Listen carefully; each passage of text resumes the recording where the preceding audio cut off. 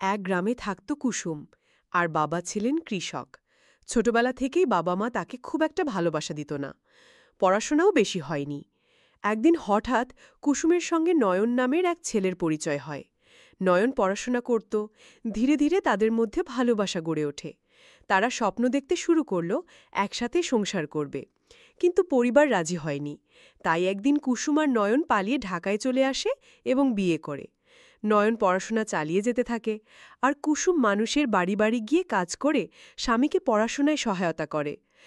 কুসুম মনে মনে ভেবেছিল একদিন নয়ন পড়াশোনা শেষ করে সংসারের হাল ধরবে, তারা সুখে থাকবে।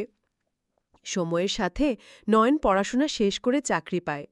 এর মধ্যেই কুসুমের কোলে আসে এক ছেলে। কিন্তু চাকরি পাওয়ার পর নয়ন বদলে যেতে থাকে। স্ত্রী কুসুমের সঙ্গে খারাপ ব্যবহার শুরু করে, অন্য এক মেয়ের সাথে পরকীয়ায় জড়িয়ে পড়ে।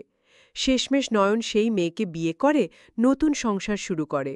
তাদের এক মেয়ে সন্তানও হয়। অন্যদিকে কুসুম ভেঙে পড়ে, তবু হাল ছাড়ে না। ছেলে নিয়ে নতুন করে বাঁচার চেষ্টা করে। অনেক কষ্টে ছোট্ট একটি দোকান চালায় এবং ছেলেকে মাদ্রাসায় ভর্তি করায়। তবুও যখন একা থাকে, চোখ ভিজে যায় তার। মনে হয়, ভালোবাসা কি তবে শুধু কপালের খেলা? সুখ কি তবে